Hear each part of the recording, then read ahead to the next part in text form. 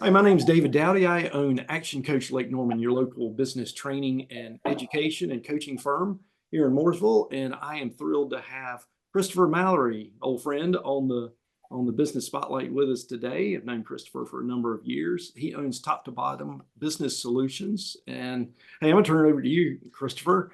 Let you tell us a little bit about yourself, how long you've been at it, and kind of what the sweet spot in the market for you is.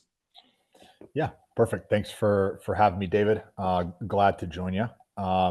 So we're Top to Bottom Business Solutions is a as a bookkeeping firm. We do bookkeeping for small businesses, usually 10 million in revenue annually, all the way down to a couple $100,000 side business for a solopreneur.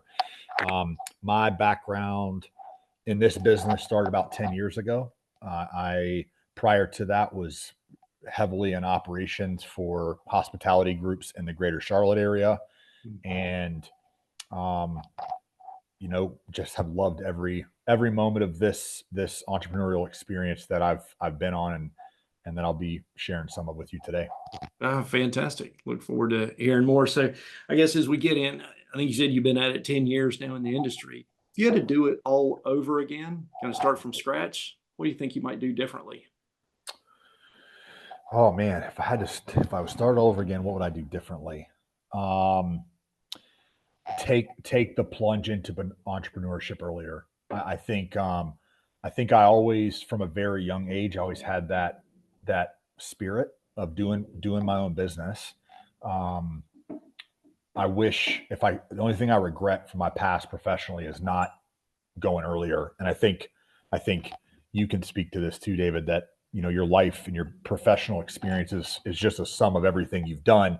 I don't think I'd be where I'm at today if I wouldn't have had a lot of those experiences. But That's right. That's right. man, the how much fun I've had over the last 10 years, if I could have been doing this for 20, think about how much farther, how many more people we would have impacted as a company. Yeah. So Yeah, absolutely. In hindsight, 2020, of course.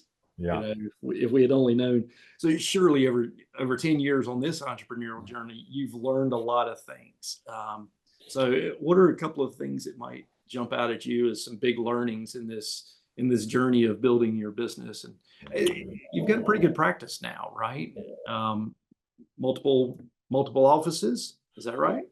Yeah, absolutely. So we have offices in Wilmington and Charlotte. We started in Wilmington. I was born and raised in Charlotte, so we've got our biggest group here.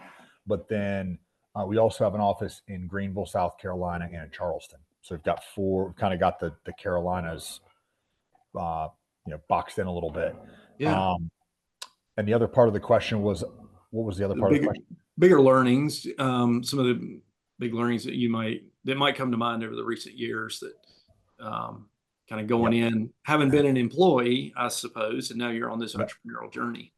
Yep. What might be? So I think coming into the business, I knew I knew that in this particular business that it was going to be all about people, about how we built a model in our organization to find, retain, pay, benefits, how we were going to build our team member model.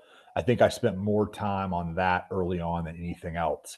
Mm, And not only, I think my biggest learning though, I knew that coming in, um, but I think my biggest learning is, we touch our company now expands over 1,000. We do work for over 1,000 small businesses in the U.S. and people. It's always the people. It's if you have a good people plan, it doesn't matter what kind of business you're in. You can have success. It doesn't matter what you do. I mean, you show me a failed business, and it typically draws back to a failed people plan. I think a lot of people try to go into business without them. right. Yeah. Yeah. So good grief. You've got, I imagine, a pretty good sized team to manage that many businesses. So, what are some of the things you really look for when you're interviewing, recruiting, interviewing, and even keeping employees? What are some of the characteristics you're looking for that really have proven to move the needle for you? Yeah, and I think this is a great question. It really is defined by the kind of industry you're in. for me, for me in my industry in bookkeeping, I need self-starters, people who can manage work on their own. They're efficient with their time. I mean, and there's assessments that can be used to answer a lot of these questions. You know, Yeah. people that are good with technology, quick learners, um, those are the best, kind of assessment modeling that we would do on a team member uh, I got you. in this space, because we all of our everybody in our company is on a team. We're team segmented out, but they work on their own work. They're not. It's not a lot of collaborating on client work. Yeah, that is an interesting dynamic. I would imagine is there's a lot of nose down focused on the client, but yet you mentioned the team. So, yes, certainly some people work better in a team environment and Mhm. less on the individual side, and vice versa. But to Yeah, have that right balance. I think it's. I mean, I think there has to be a good mix, because in this space specifically, you're challenged with a couple of different things. One of them is most companies in the bookkeeping spaces that are small, they struggle to scale. And the reason that they Mm, struggle to scale is because as soon as the work leaves the main person, the work falls off, right? Either the yeah. work falls off, or the responsiveness, the service, the customer service falls off. So I think the team model, in my opinion, it kind of bridges that gap. It gives the client a one-on-one relationship, right? But if that my team member leaves or gets promoted, I Hmm. I can incubate the work until I put somebody new into the account and give that relationship back to the client. It's the only way that I've found that you can scale in this professional services space. Yeah. Yeah. Yeah. I can relate to that firsthand. But next question is, you're working with small businesses all the time. Mhm. And, what are some of those misconceptions that maybe you had coming in? Yeah, you got the entrepreneurial spirit, but, we all come in with these certain ideas about what it's going to be like to be a business owner and Mm. be an entrepreneur.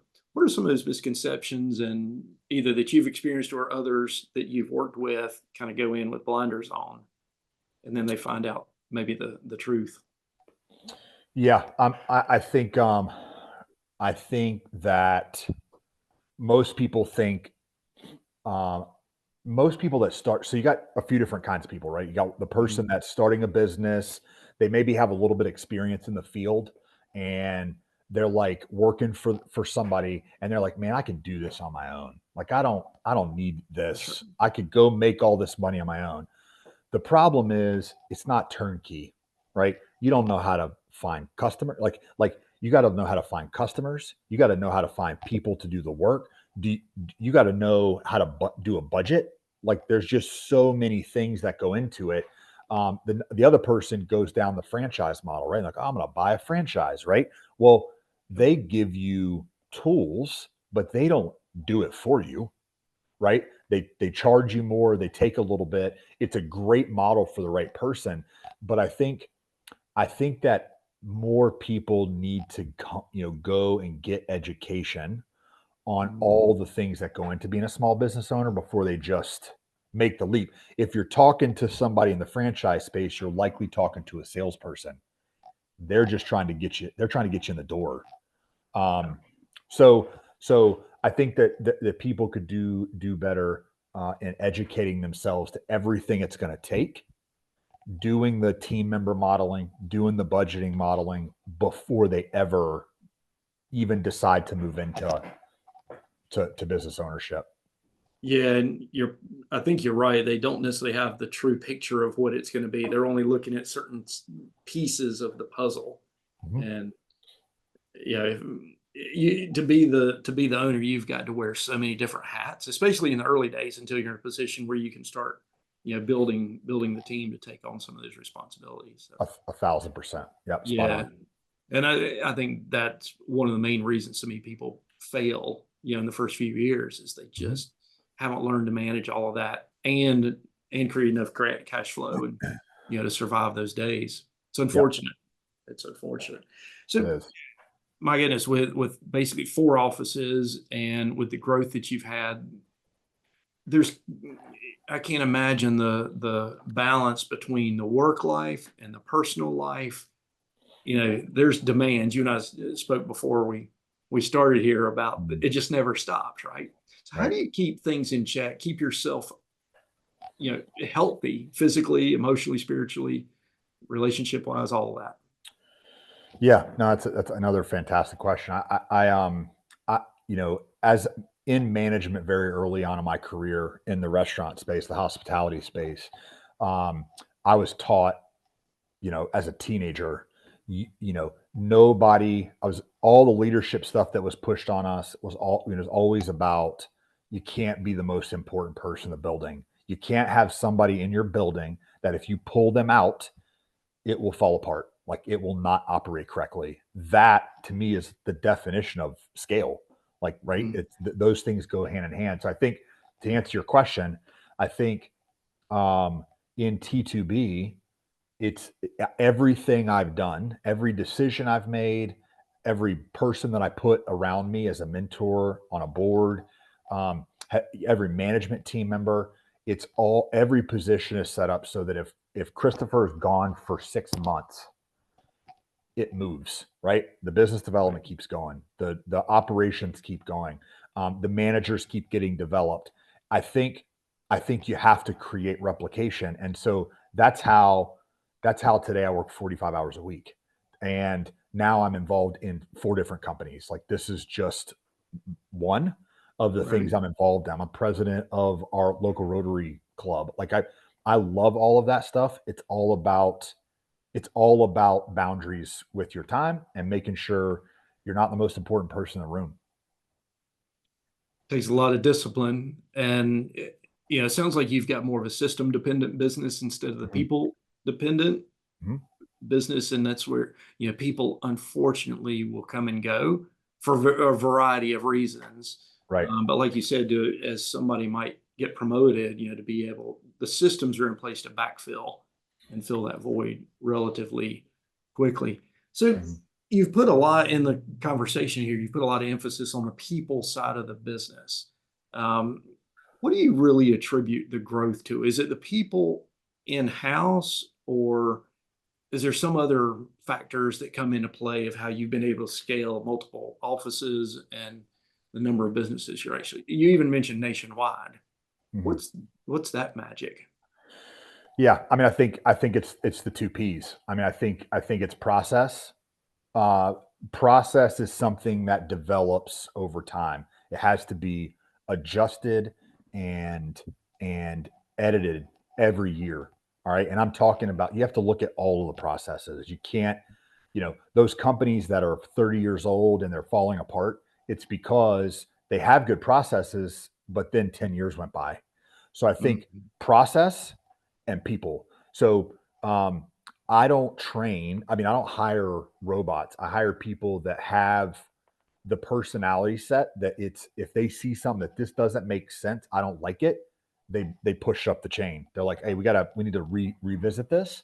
Um, so I think it takes both of those in equal contribution to be consistently successful. I tell my team sometimes it's like if you go to a theme park and they've got the ship that swings back and Oh forth yeah, yeah, and yeah. it goes 50-50, like your team will be strong and they'll be piping along, but as you grow, the process will start to break. And then you've got to come back over and you've got to service the process. And then usually there's an adjustment that needs to be made to personnel. I need to add HR. I need to add another manager. I need to add another 4 bookkeepers. Um, it's just a constant, review of where your people and process are. We spend more, and I'll finish this with this. Me Yes. and my management team, we spend more time talking about our org chart today and in the future, and team member performance than Hmm. about revenue numbers or profitability. Um, people and process drive scale. So Yeah, and I mean that's gold there. As I'm kind of curious as I talk with other people myself about the systems and processes and things. Like, yeah, we'll get to that. We got to go fight these fires, deal with things today. It sounds like there's a lot of discipline in your organization to intentionally pull out the processes and do you have one person that drives that, or is it spread across multiple? Or yeah, spread across multiple. I mean, we've got I believe 7 management team members. They all have their different responsibilities and where they report to, and you know it's a intricate interwoven system that has been built, and it's built for the future in mind. It's built for us to have 15 more team members, 20 more team members, and keep going. yeah, so it sounds like that. I was going to ask what's next for you. Having a pretty good run at it. Um, Anything Yeah, you can or would like to share? yeah. I mean, I want to continue to find ways to be more sticky. We're a very sticky company already with our clients because of our service model, how responsive we are, how available we are. It's not normal for a bookkeeping company. Right. We've been growing so fast in client growth, um, that it hasn't really allowed me the time to develop additional things that we can do for our clients to make it stickier. So one of the things we're working on is being able to go from just being a bookkeeping firm to being a bookkeeping firm that can do some advisory work. So it's taking a step towards controller level accounting, um, to be a better partner for the business owners that we do service that need that. A lot don't, some do, and I want to provide them with more if I can. Right. Well, they're growing. Yeah, a portion of them are growing into Yep. that, and it just makes sense for you to grow into that as well to maintain that relationship.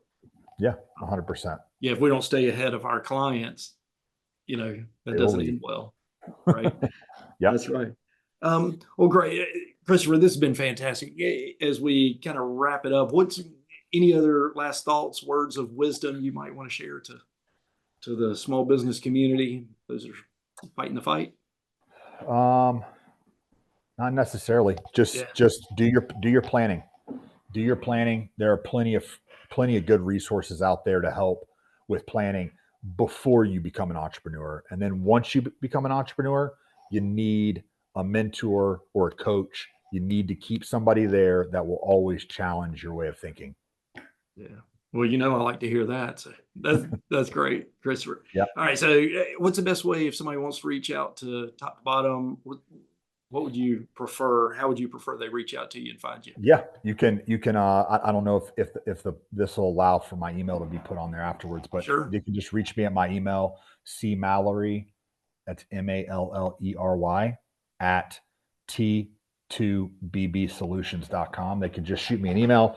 As you'll know, or as you and a lot of hopefully some of the people that listen to the podcast will learn, I'm very easy to get a hold of.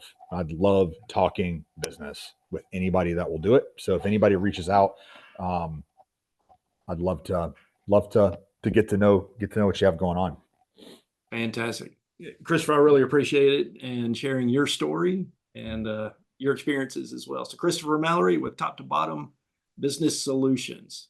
Appreciate Perfect. you. Thank you, David.